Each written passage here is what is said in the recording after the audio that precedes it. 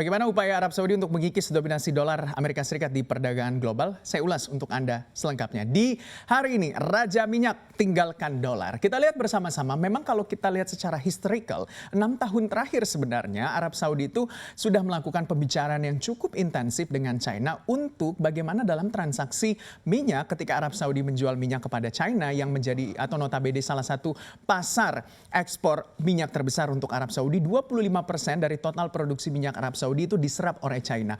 Otomatis ketika terjadi hal seperti ini, tentunya akan lebih menguntungkan ketika melakukan transaksi menggunakan mata uang lokal atau local currency settlement. Jadi misalnya ketika China membeli minyak di Arab Saudi, ya pakainya real atau tidak pakainya yuan juga. Nah, jadi agak saling tidak menggunakan lagi dolar Amerika Serikat karena ini tentunya akan merugikan atau justru menaikkan nilai dolar Amerika Serikat secara global.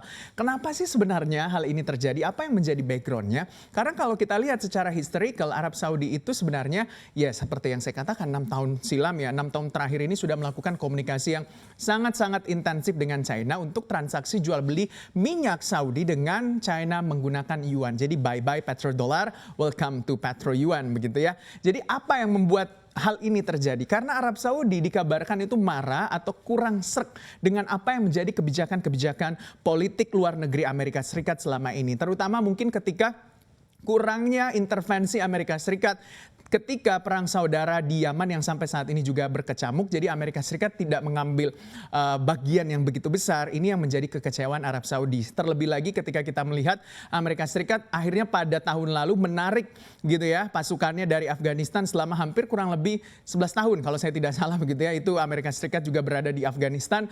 Ini juga menjadi tentunya sebuah kekecewaan dari Arab Saudi. Jadi bisa dikatakan sebenarnya antara Amerika Serikat dan Arab Saudi ini bagaikan saudara ya. Kalau Anda lihat Donald Trump ketika dulu datang ke Arab Saudi bertemu dengan Raja Salman disambut begitu meriah, ya sebegitu dekatnya juga hubungan antara Arab Saudi dengan Amerika Serikat.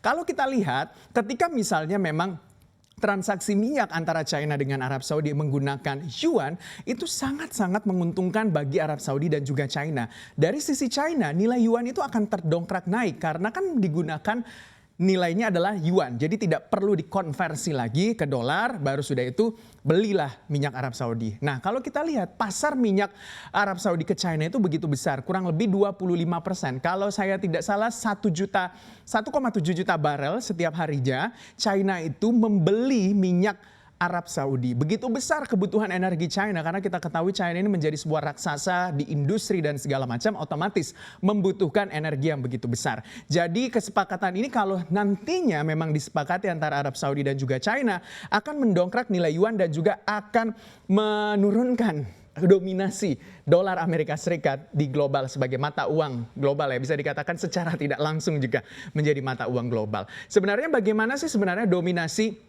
dolar Amerika Serikat atau awal mula dolar Amerika Serikat ini digunakan menjadi transaksi atau mata uang secara global juga. Jadi menurut Pak Darmin Nasution dalam sebuah bisa dikatakan seminar begitu ya. Ini Pak Darmin mantan Menko Perekonomian Indonesia mengatakan di 1973 itu Amerika Serikat menghadapi sebuah tekanan ekonomi yang begitu besar. Lalu utusan dari Amerika Serikat yaitu Henry Kissinger diutus untuk menemui Raja Faisal dan juga meminta dukungan supaya siapapun yang membeli minyak harus menggunakan dolar Amerika Serikat. Tentunya tidak serta-merta dukungan ini atau permintaan Amerika Serikat ini langsung di-accept begitu dengan Arab Saudi karena ada berbagai kesepakatan secara politik antara Amerika Serikat dan juga Arab Saudi hingga Arab Saudi akhirnya sepakat untuk kalau orang-orang mau beli minyak nih ke gua gitu kan harus pakai dolar Amerika Serikat. Nah, disitulah kesepakatan ini bermula dan membuat hari ini kalau kita mau membeli begitu ya minyak mentah ya dari Arab Saudi itu harus menggunakan atau dikonversi nilainya ke nilai tukar dolar. Nah, sementara kalau kita lihat upaya penghilangan atau pengurangan dominasi dolar Amerika Serikat secara global atau tidak menggunakan lagi dolar Amerika Serikat untuk melakukan transaksi perdagangan secara global sudah mulai dilakukan. Ketika kita melihat bahwa Di 2018 misalnya ketika terjadi trade war perang dagang antara Amerika Serikat dengan China, China itu sudah mulai mengurangi kepemilikan US Treasury atau surat utang pemerintah Amerika Serikat dengan menggantinya begitu ya dengan berbagai instrumen investasi lainnya. Jadi memperkuat yuan lalu juga masuk ke beberapa pasar surat utang negara lainnya. Jadi mulai membuang begitu ya, bisa dalam tanda kutip diartikan membuang dolar Amerika Serikat. PBOC mengurangi kepemilikan US Treasury dan juga tentunya China ini agak sedikit kesulitan begitu ketika melakukan transaksi dengan negara-negara mitra dagangnya yang diembargo oleh Amerika Serikat termasuk Iran. Karena kita ketahui Iran kan mendapatkan sanksi ekonomi dari Amerika Serikat. Jadi sulit nih kalau China dengan Iran transaksi pakai dolar nggak bisa. Jadi akhirnya mereka mulai mengurangi dominasi dolar. Nah di 2019 juga kalau kita lihat negara dengan ekonomi yang besar juga, India akhirnya membeli pasokan pertahanan udara dari Rusia, S-400 Rusia itu menggunakan rubel. Ini mata uang tentunya Rusia juga ya kalau kita lihat ini menggunakan rubel. Lalu menggunakan juga rupiah ketika melakukan transaksi minyak dengan Iran.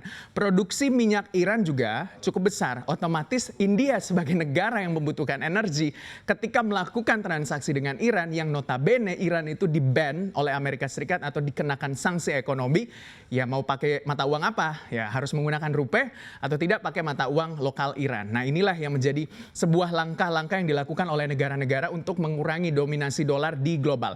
2019 Turki juga mengumumkan menggunakan mata uang nasional untuk perdagangan dengan Rusia, China dan juga Ukraina. Lalu kalau Iran kita melihat ya bahwa Iran itu ketika dijatuhi sanksi oleh Amerika Serikat karena ya upaya pengembangan teknologi nuklirnya, akhirnya Iran harus memutar otak untuk mencari transaksi gitu ya, ketika melakukan transaksi dengan mitra dagangnya menggunakan local currency settlement juga tentunya ya. Lalu kita lihat juga di 2019 Rusia ini melepas kepemilikan US Treasury beralih ke rubel, logam mulia dan juga euro. Sebenarnya bukan cuma negara-negara tersebut yang mulai melakukan atau mengurangi dominasi dolar Amerika Serikat begitu ya ketika melakukan transaksi.